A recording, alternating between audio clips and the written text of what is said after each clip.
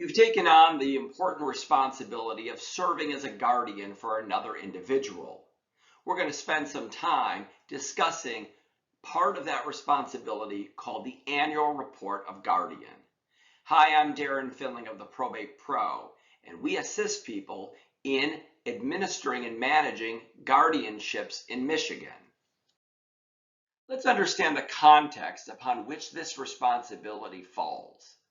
As the guardian, you are responsible for many obligations on behalf of the person you're serving as the guardian for, which the court refers to as the ward.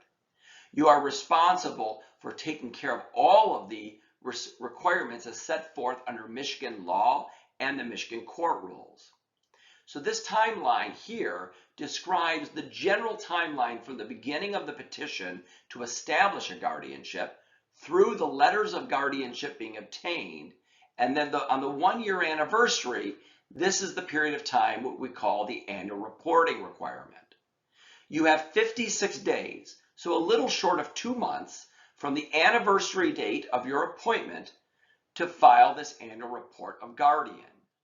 MCL 700.5215 identifies that the guardian must do this reporting and identify whether there's any reason that exists for the continuation or termination for that guardianship. In addition, there's a court rule, MCR 5.409. It provides that the guardian shall do so within 56 days of that anniversary date of appointment, and then serve it upon the interested parties as set forth in another court rule, MCR 5.125 C24. Now, I know your mind may get mixed up with all these statutes and court rules, and that's why it's important to work with an attorney that can guide you through this difficult and often complicated process. Let's talk a little bit about the service of that annual report of guardian. The court rule provides that the person's interested in receiving that annual report of guardian, whether it's for a minor or for an adult, include the individual as long as they're over 14 years of age, the person or entity that has custody of that individual. So for example, if the individual is in a group home or in a facility or living with somebody, the spouse and adult children are also entitled to notice. And when there's a minor guardianship, the parents, and if neither of them are living, then the grandparents or presumptive heirs. So again, it's important to give appropriate notice to ensure that you're fulfilling your responsibilities.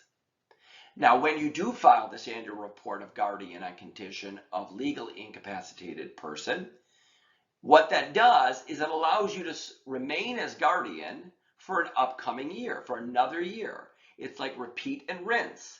The idea is each time you do this, it allows you to go back to the court to get an updated letter of guardianship.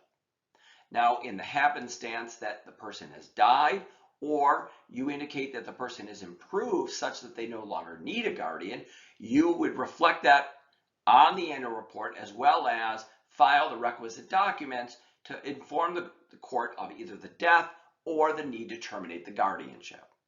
Let's go into the form and kind of analyze how you complete this. So this is the form you use to complete the annual report of guardian. It is a form that can be found at the probate court. You could find it online, and you're welcome to contact my office. We'll provide it to you free of charge. It is the form PC 635. It's a state-approved form that the court will readily accept for filing. On this form, at the top left corner, you're going to identify the county upon which the probate court has jurisdiction over the guardianship.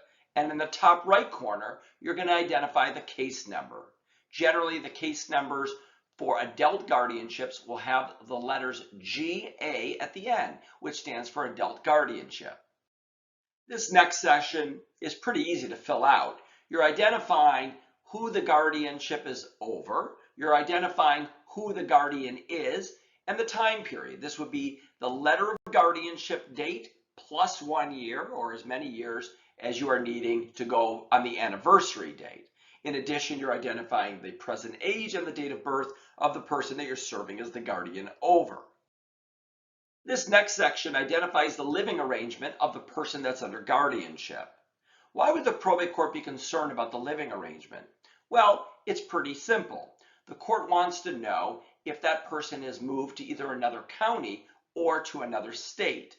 Importantly, if the person is moved to another state, most probate guardianships require a court order in advance of that move.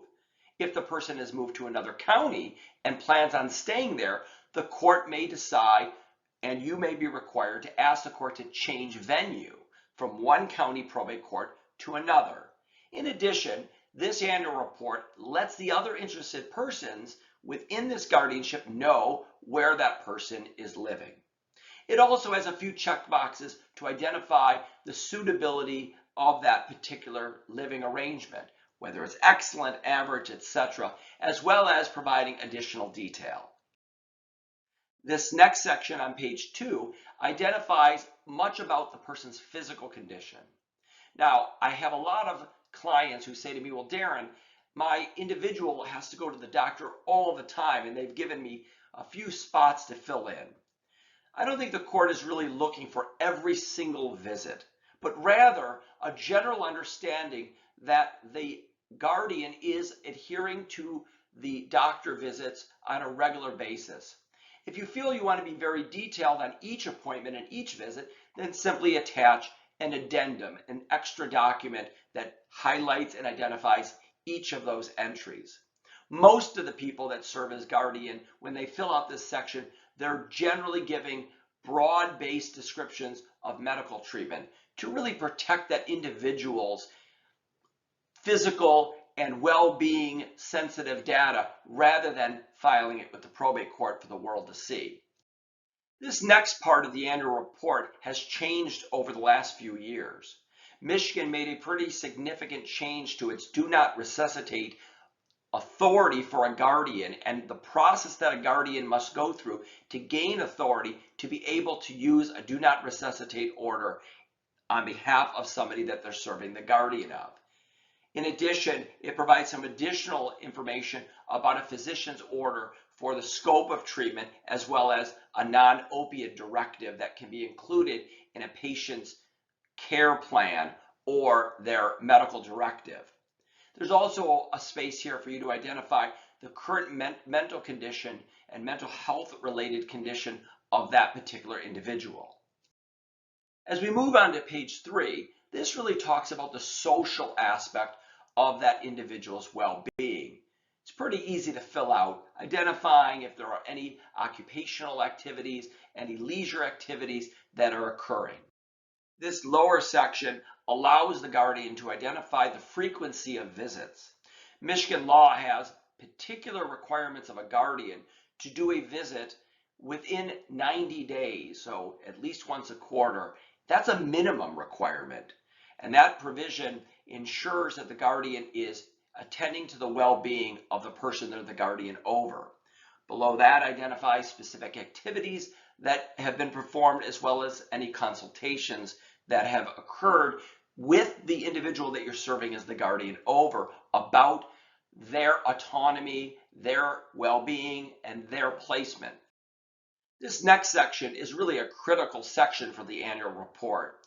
It allows you to identify any of the unmet needs of the person you're serving as the guardian over, but below that allows you to identify whether you believe that the guardianship should continue or not continue.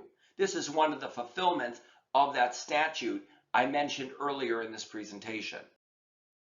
And on the back side, page 4, it is a part where you can identify whether you're managing any finances that are required to be reported to the court. Remember, a guardian only has the authority to manage very limited finances that are set forth under statute as well as Social Security.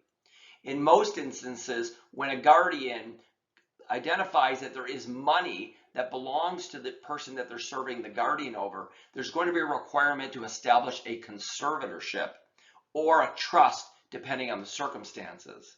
This part of this particular form allows you to identify whether you're managing any assets, and if you've been ordered by the court to account, this would be the spot you'd put that in. Below that is the signature spot for the guardian and or co-guardians.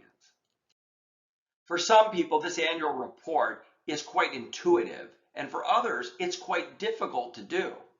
We understand that with every guardianship, it represents a human being with individualized needs, and with the guardian themselves, they come from all different forms and perspectives, some with much experience and some with no experience at all. The most important advice I can give to you is to seek good legal counsel, somebody that can explain your duties and roles before you get yourself into trouble, or even worse, before you harm the person that you're serving as guardian over. If you've got questions about performing your role as guardian, give us a call at 833-PROBATE or visit us at theprobatepro.com. We'll provide you with other resources that you can utilize to help ensure that you perform your responsibilities correct. I hope that this explanation of how to complete an annual report of guardian has been helpful to you.